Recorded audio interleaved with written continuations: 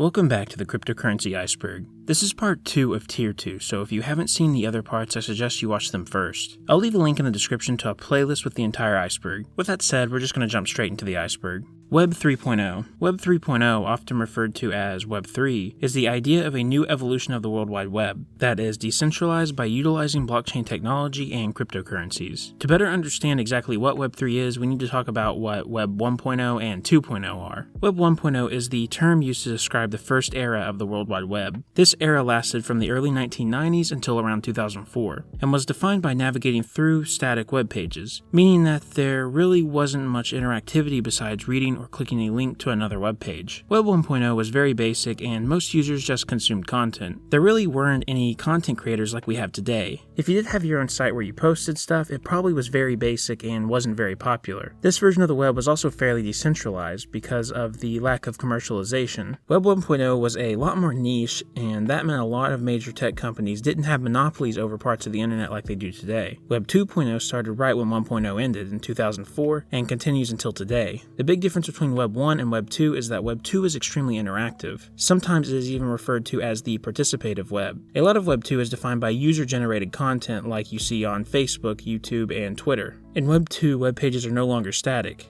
Now content can be interacted with or created. With Web 2, I can create a video, post it onto YouTube, and then you could comment your thoughts on that video on the same page. This kind of interactivity is amazing, but it does come with some downsides. Web 2 is heavily defined by its centralization and reliance on large tech companies. Many of the largest companies control most of the traffic that comes through the internet, and they don't always use that power for good. These large companies often take the data from their users and either sell it, use it to target content or ads, and a lot of times they do both. There is a pretty common saying that if you aren't paying for a product, then you are the product, and that hasn't been more true than with Web 2. We aren't really required to pay for the right to access these sites, but they make money by learning everything they can about us and selling that information, which can be a scary thought when you really think about it. Data like where you live, where you go to school, where you work, who your friends are, what your hobbies are, and so on could be abused if it were in the wrong hands. And for many, having that info in the hands of large tech companies seems like a terrible idea. The goal of Web 3 is to fix many of the problems that Web 2 has while maintaining a high level of interactivity. It is kind of an attempt to be the best of both worlds, the decentralization of Web 1 with the interactivity and usefulness of Web 2.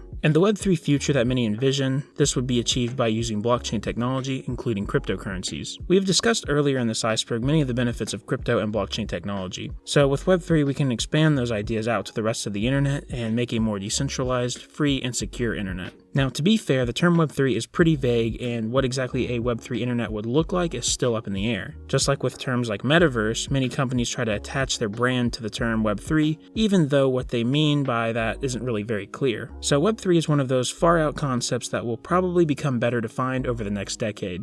DAO. DAO is an acronym that stands for Decentralized Autonomous Organization. Essentially, a DAO does what cryptocurrency does for money, except instead of decentralizing money, it decentralizes an organization. Typically with an organization, you have a really rigid structure. There's often a hierarchy with someone like a CEO at the top. Those individuals make decisions and help guide the organization. At the end of the day, they ultimately have the say of how the organization is run. A DAO is the opposite of this. Just like most things in the crypto world, a DAO is trying to achieve decentralization and spread those decisions out over a larger group of people. DAOs can function with limited human intervention because they consist of smart contracts on a blockchain. The goal is to make a decentralized, trustless system so that there is no need to worry about humans at the top making decisions that only benefit themselves. The goal that any given DAO can be trying to achieve can be pretty much anything as long as it can be coded into a smart contract. Just like how a company can be built around pretty much anything, the same is true for a DAO. Within reason, of course. Some ways DAOs are currently being used are as decentralized exchanges, to create decentralized finance ecosystems, and for some aspects of popular metaverses. DAOs also typically have a voting system, so a currency will be native to the DAO and you can participate in creating proposals and voting on them if you own some of that currency. Usually the amount of currency you have determines the size of the vote that you get. This allows the community to make changes to the DAO as necessary. Some DAOs also have a foundation that interacts with the DAO and acts as a guiding force alongside it. While a foundation doesn't have direct control over their given DAO, in some cases members of the foundation have large amounts of voting power and can sway the votes of other DAO members easily.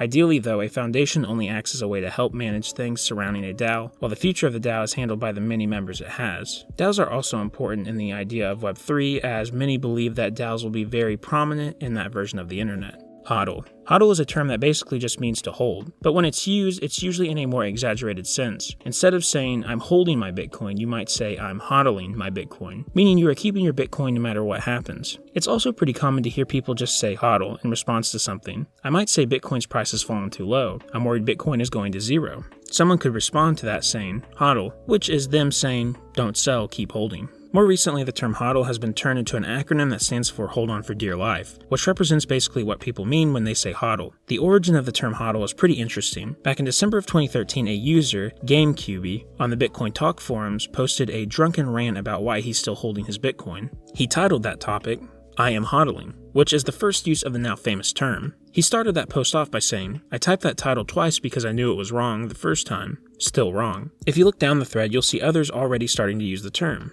User Elux says HODL.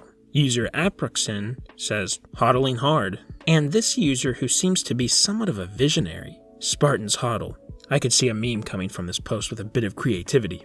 Someone even took the meme from 300 and put HODLing on it as a sort of battle cry for the community. So that's the story of how probably the most famous term to come from the crypto community was created. WAGM and NGMI. These next two entries are so similar that I am going to go ahead and combine them. They are WAGM and NGMI. WAGM is an acronym that stands for We Are All Going to Make It, and NGMI is the inverse standing for Not Gonna Make It. You would use the term WAGM when something good happens. For example, someone buys more Bitcoin even though its price is down. You could respond with WAGM. So basically, if someone does something positive or smart, you could respond with WAGM. Or sometimes people respond with just the phrase, gonna make it. If someone says something that you perceive to be stupid or ignorant, you could say NGMI. Someone might say, Bitcoin will never work because it consumes too much energy. You could respond with NGMI, because they aren't going to invest in Bitcoin and make money when it goes up. Sometimes people also use the phrase, not gonna make it. These are just two slang terms to know because they get thrown around quite a bit. Bitcoin doesn't have value. This is the idea that Bitcoin has no real value. Mostly this idea has spread outside of the crypto space. You've probably heard terms like, Bitcoin is just magical internet money, or it isn't really worth anything. The people who buy it are all just looking to get rich. This is a pretty common opinion people have about Bitcoin when they first hear what it is because it exists only as a digital asset. There is no physical counterpart like we have with US dollars or gold. Even a lot of people who think Bitcoin is a good idea now probably had this thought come across their mind when they first heard of Bitcoin. I know I did. Bitcoin doesn't have any real value is the number one thing you will hear people say to argue against it. Even a lot of arguments that surround other aspects of Bitcoin, such as its energy usage, usually boil down to the person who is making the argument thinking Bitcoin isn't valuable to begin with. One of the biggest aspects of this argument is that people think that the Bitcoin market is relying 100% on the greater fool theory, which is basically the idea that there's always someone dumber than you who is willing to pay more for the thing you bought that was already worth more than it should be. So you might have been a fool to buy Bitcoin at the price you did, but someone else is a greater fool and is willing to pay you more for your Bitcoin than you bought it for. Some would even say early Bitcoin adopters are malicious, that they know it isn't worth anything and are trying to get more people on board with the idea to make a bunch of money. Basically, the idea is that the whole crypto market, including Bitcoin, is a scam. While this idea is pretty unfounded, it is something that gets thrown around sometimes. Digital gold. Digital gold is the nickname often given to Bitcoin. It is called digital gold because it is a digital currency and it is considered valuable for reasons that are similar as to why gold is considered valuable. Gold is valuable because of what it is and not who controls it. Gold is seen as a status symbol, it is scarce, and can be useful in certain products. It is also decentralized, unlike the US dollar, which is controlled by a single entity. Because of this, gold cannot be manipulated in the same way as a typical currency. Bitcoin is valuable because of its underlying technology. This technology allows Bitcoin to be decentralized, easily transferable, and extremely secure. Just like with gold, it is valuable because of what it is rather than who controls it. Because of these similarities to gold, some people believe that Bitcoin will eventually end up acting like gold as an asset, such as it being a hedge against inflation or potentially becoming a world reserve currency similar to that of how gold used to be many years ago. Fiat money. Fiat money is referring to a type of currency that isn't backed by a commodity such as gold or silver. This would include most major currencies today, such as the US dollar, Japanese yen, and the euro. These currencies instead are backed by large institutions assigning value to them. The term fiat in Latin means let it be done, which was used as an order or decree. So fiat money is referring to money that only has value because the government says it does. For example, there is nothing inherently valuable about a dollar. It's just a piece of paper that doesn't really do anything, but because the US government has assigned value to it, it is now valuable. Fiat money is in contrast to commodity money, which is a type of money that's value derives from material it is made out of. Gold coins would be an example of commodity money. Fiat money also differs from representative money, which is the type of money a US dollar used to be. Representative money is a type of currency that is inherently valuable because it is backed by a valuable commodity. You used to be able to exchange each dollar for a specific amount of gold, so the dollar was still worthless, but it was valuable because it could be exchanged for a set amount of something that was inherently valuable. Eventually, this practice changed, and you could no longer exchange a dollar for a set amount of gold, and the US dollar became fiat money.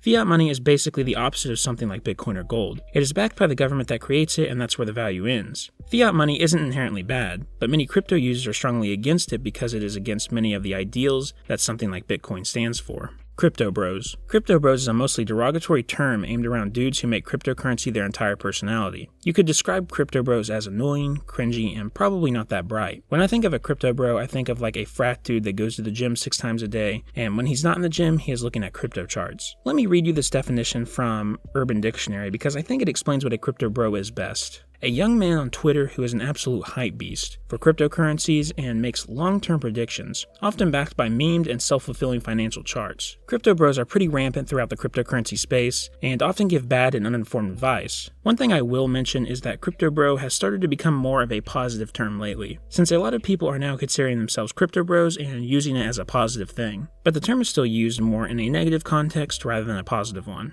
Crypto traders. A crypto trader is very similar to what many would call a day trader in the stock world. Basically, someone who trades crypto isn't looking to hold a cryptocurrency like Bitcoin for 10 years and then cash out. They are attempting to make money off many different cryptocurrencies based on their short-term price movements. So they may invest in Bitcoin at $30,000 and then sell it at $31,000, and then jump back in and bet against Bitcoin because they think it'll go down to $29,000. Basically, they do this sort of trading all day long, so they aren't concerned with the long-term fundamentals of Bitcoin or any other crypto. They just want to make quick money off the price movements. Trading crypto is extremely hard to do and takes a lot of time and effort. While a lot of people attempt it, most who try actually lose a lot of money, although there are a few who have made fortunes from trading. It is definitely a much riskier way to invest than just buying and holding a cryptocurrency like Bitcoin. Traders in the crypto space can come in lots of different forms. Some use riskier methods and others play it safe, but they all have the same goal: make money off of short-term price movements. Satoshi. A Satoshi is the smallest unit that a Bitcoin can be broken down into. One Satoshi is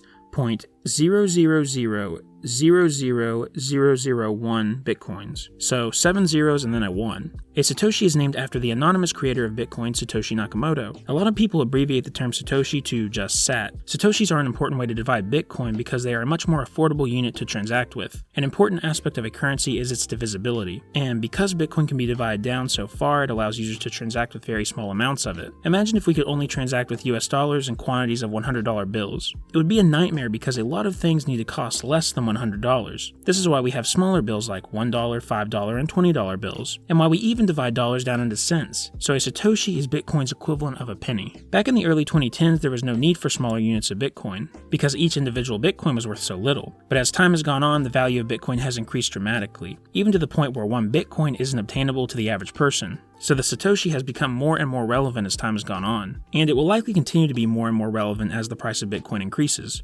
Bitcoin ATMs. Bitcoin ATMs are exactly what they sound like. ATMs that you can buy Bitcoin at. Now, the term ATM is used a little loosely here because they don't typically dispense any sort of cash. A lot of the ones I've seen actually only allow you to insert money, not withdraw it. Usually you just give the ATM the wallet address you want your Bitcoin sent to, then you use your credit card or physical money, and then it sends the Bitcoin to you and gives you a receipt. And there are Bitcoin ATMs out there that will give you cash for Bitcoin, but it seems to just vary between each different brand of Bitcoin ATM. Now, the good thing about Bitcoin ATMs is that they are super simple to use if you already have a wallet set up for it to send money to. These ATMs are everywhere too. I've seen them at malls and several gas stations. Even if you live in an extremely rural area, you probably have a Bitcoin ATM near you. The bad thing about Bitcoin ATMs is in how they make their money. Usually the way it works is that you pay an extra fee for using the ATM. Sometimes this fee is just tacked on when you buy your Bitcoin, but the way I've seen it done the few times that I've looked at a Bitcoin ATM feels a little scummy. What they do is they charge you a premium for the Bitcoin you are buying. So if Bitcoin is currently at $30,000, they will charge you for Bitcoin as if it were several $1,000 higher per coin, and then they would just pocket the difference. Now, I understand that they need to make money operating these ATMs, but it feels a bit misleading to just up the price of Bitcoin instead of charging an additional fee. Maybe they make it clear throughout the process that you're paying a premium for the Bitcoin you are buying, but I'm still not a fan of doing it that way. And honestly, buying Bitcoin off an exchange would be a way better and easier option than buying from a Bitcoin ATM. So really, there isn't much reason to actually use one of these. Also, just an additional thing to mention, a lot of these ATMs sell more than just Bitcoin.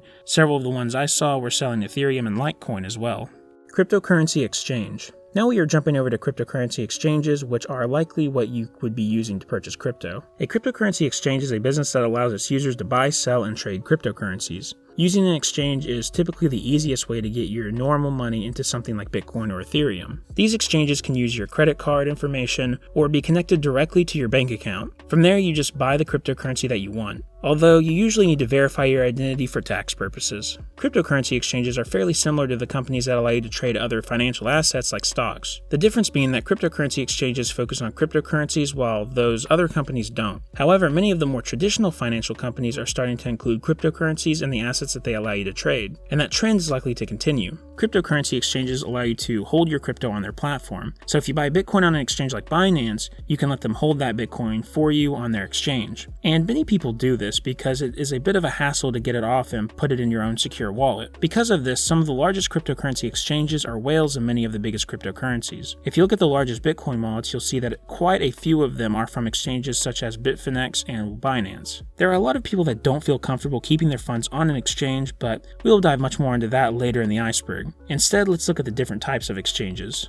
Centralized exchange. The first and most common type of crypto exchange is a centralized exchange. This is an exchange that is ran by a single company. These exchanges are centralized because only one company oversees it. So a CEO is making decisions on how the exchange should be ran. Pretty typical stuff for a company. Centralized exchanges are often referred to just as a CEX. These types of exchanges are so popular because they are super easy to use. Like I mentioned earlier, it is as simple as creating an account and putting in your credit card information. These exchanges also usually have customer support. Although speaking from experience, it's usually not very good. But if you happen to lose your password to the account or run into any other issues, they could be of assistance. There are some downsides of centralized exchanges. For example, they usually have a fairly limited selection of cryptocurrencies, and the cryptocurrencies available on each exchange can vary a lot. Your crypto is also stored on their exchange, so like I mentioned before, the exchange is holding your crypto for you. However, usually you can just transfer out your cryptocurrency to another wallet if you really want to. There have been some cases where an exchange is going through financial trouble and they lock their users temporarily from withdrawing crypto from the exchange, leaving the users wondering if they will ever be able to get the money they invested out. So that's definitely something to take into consideration with a centralized exchange. Decentralized exchange. In contrast to centralized exchanges, we have decentralized exchanges, which are often just referred to as a DEX. A decentralized exchange is an exchange that is decentralized. So unlike a centralized exchange, there is no central authority making decisions for the exchange. Instead, everything is executed by a smart contract. So instead of relying on a company to exchange your crypto, you're relying on code. Decentralized exchanges have their own sets of pros and cons. The pros being that they require no trust from a third party, you can trade any cryptocurrency on the blockchain a given decentralized exchange supports, and you don't need to verify your identity to use them. These can be very valuable if you want more freedom and you want to remain more anonymous while trading cryptocurrency. On the other hand, decentralized exchanges can only trade cryptocurrencies that are on the same blockchain. For example, decentralized exchanges like Uniswap can only exchange cryptocurrencies on the Ethereum blockchain, while a centralized exchange can swap between any of the cryptocurrencies that they are willing to list. Also, with a decentralized exchange, you're required to use your own wallet rather than one provided by an exchange, making it a little bit more complicated for beginners. Typically, I would say people start out using centralized exchanges, and then when they get more into the cryptocurrency space, they start using some decentralized exchanges as well. Either way, they both offer their own pros and cons, and they both play an important role in the cryptocurrency space today. Seed phrase. A seed phrase is a set of random words generated by your cryptocurrency wallet when you first set it up. Your seed phrase is extremely important as it allows you to get back into your wallet if you lose access to it for some reason. Because of this, it is often referred to as a recovery phrase. Your seed phrase will consist of 12 to 24 words that are each selected from a list of 2,048 words. This list is comprised of words like annual, gentle, primary, vessel, and many more. They are just simple and easy to remember words so that you can use them to easily gain access back to your wallet if you ever need to. A seed phrase will be extremely hard to just randomly guess because of how large the pool of words is to choose from. At a minimum, someone would have to guess the right word from a pool of 2,048 words 12 times in a row, a near impossible task. The standard for seed phrases was introduced back in 2013 to give more interoperability between wallets. That means that a seed phrase can be used to access your crypto on a wallet that is not made by the same company or group as your previous wallet. This allows you to switch wallets whenever you want and access your crypto with ease. A situation where you may need to use your recovery phrase could be if your wallet was stored on your phone, but you lost your phone. Then you could use your seed phrase to access it through another device like your computer. It is important to know that while similar, your seed phrase and private keys are not the same thing. If you remember from Tier 1, a private key is a key that allows you to gain access to your cryptocurrency. First off, your private key is an extremely long set of numbers and letters, making it extremely hard to memorize or enter quickly to access your crypto. A seed phrase is extremely easy to input or memorize since it's derived from common words. While a private key allows you to access one specific crypto account, a seed phrase can actually allow you to access multiple accounts, meaning it acts more like a master key to all of your crypto accounts. So for example, a seed phrase could help you access your Ethereum and Bitcoin accounts, while each of those individual accounts has its own private key. It is also important to remember that your seed phrase should never be shared with anyone. Don't put it anywhere that someone could somehow gain access to it. That means storing it on the cloud or online in any way isn't really a good idea. Instead, most people either write their seed phrase down on paper or engrave it into some sort of metal. You could also memorize your seed phrase. After all, it would be cool knowing that you can always regain access to your cryptocurrency just because you have 12 words memorized. Altcoin season. Altcoin season is a term that refers to a period of time where altcoins outperform Bitcoin, meaning their value is increasing much quicker than Bitcoin's. This is always an interesting period of time to experience in the crypto space because altcoins usually follow the price of Bitcoin, not outperform it. Altcoin seasons in the past have helped to chip away at Bitcoin's overall dominance in the cryptocurrency market, meaning a lot of altcoins, especially major ones like Ethereum, keep some of the gains that they have made in previous altcoin seasons, at least relative to Bitcoin's price. A lot of crypto traders love altcoin season because there is a lot of money to be made during this time. Altcoins have much lower market caps than Bitcoin, so when they increase in value, sometimes they double, triple, or even quadruple in price over a very short period of time. Altcoin seasons aren't a thing that really happens at any set time. Bitcoin and the crypto market as a whole has been somewhat cyclical up until now, which is something we will get into later on in the iceberg. But exactly when altcoin seasons have happened during those cycles don't really match up. Altcoin seasons happen typically when there is a lot of excitement in the crypto space. So when Bitcoin's making new all-time highs, it probably just was or is soon going to be an altcoin season, but they have happened at other times too. This altcoin season index is a really cool tool that shows you when previous altcoin seasons have happened as well as how close we are to an altcoin season now. You can see that the last major altcoin season was in late April to early May of 2021, which was around the time Bitcoin hit an all-time high of 63K. This chart is also cool because it measures Bitcoin seasons as well, which would be a time when Bitcoin is heavily outperforming altcoins. The last Bitcoin season was in April to May of 2022. Bitcoin.org. Bitcoin.org is the place to go if you are looking for useful and accurate information on Bitcoin. The domain for Bitcoin.org was registered by Satoshi Nakamoto himself back on August 18, 2008, so this domain was registered even several months before he initially announced Bitcoin to the public. Initially, Satoshi and Marty Malmi, the first Bitcoin dev besides Satoshi, shared control over the site, but as Bitcoin grew, ownership of the site was spread to others to ensure that one person or group couldn't easily control Bitcoin.org. Initially, the webpage was informative, but overall fairly basic. If we use the Wayback Machine, we can take a look at what the webpage looked like back in early 2009. This early version of the site included a brief explanation of what Bitcoin was, as well as instructions on how to download the software. The site acted as an easy way for new Bitcoin users to learn about Bitcoin and allow them to easily start running it on their own computers. And that idea for Bitcoin.org carries on even to this day, although it is much more well-designed and a lot more complex than its earlier version. Looking at the site today, you can see that it has just about every piece of information you could possibly want to know about Bitcoin. There are links to important documents like the Bitcoin white paper, a whole section on how to run your own Bitcoin node, and even a way to purchase Bitcoin, although you can probably pay lower fees if you buy it from somewhere else. Bitcoin.org isn't the official site for Bitcoin. It can't be because there isn't one owner of Bitcoin. It's a decentralized project. That being said, Bitcoin.org is currently the closest thing you can get to an official site and has tons of resources that are worth looking into. Fractional reserve banking. Fractional reserve banking is one of the most important concepts that we are going to discuss on this entire iceberg. It is so important to understand because fractional reserve banking expands outside of just crypto. It is literally the foundation of how banking works worldwide today, and because of that, it is a major factor as to why Bitcoin exists today. At its core, fractional reserve banking is the idea that banks are only required to hold a fraction of the money that is deposited, while the rest can be lent out. So a fraction of their deposits are in reserves. So if you deposit $100 into a bank in the United States, that bank is required to hold on to 10% of it, or $10, while they loan out the other $90 to individuals or businesses who are asking for loans. This is how banks make money. They lend out money that has been deposited and earn interest on it. So if they lend you $10, you may owe them $12, meaning they just profited $2 off your loan. It's a really weird and interesting system that not a lot of people think about. Most of us use credit cards and get home loans, but we don't think about where exactly that money is coming from. Now, you might be thinking, gee, this sounds risky. What if everyone who deposited money wants to withdraw it all at the same time? Well, it is extremely risky, and that has happened many times in the past. If $1 million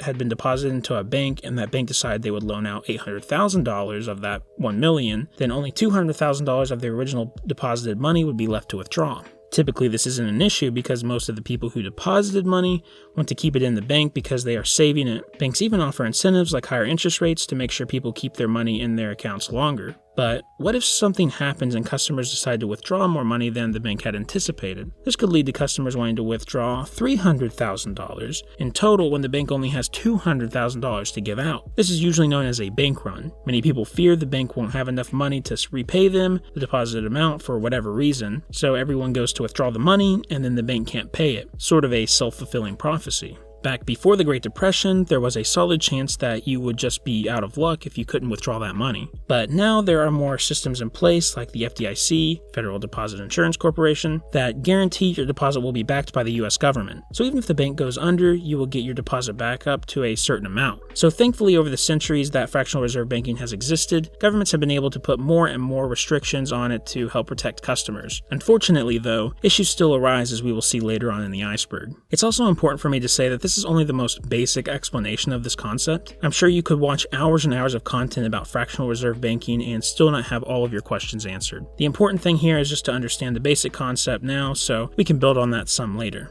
Thanks for watching part 2 of Tier 2. Tier 3 is up next, and there's a ton of stuff that I'm excited to cover. Like always, I am still looking for help making this iceberg the best it can be, so if you have any critiques or anything you want me to add, please let me know in the comments below. I have a link to the entire iceberg in the description if you want to check that out as well. Thanks for watching, and I will see you in Tier 3.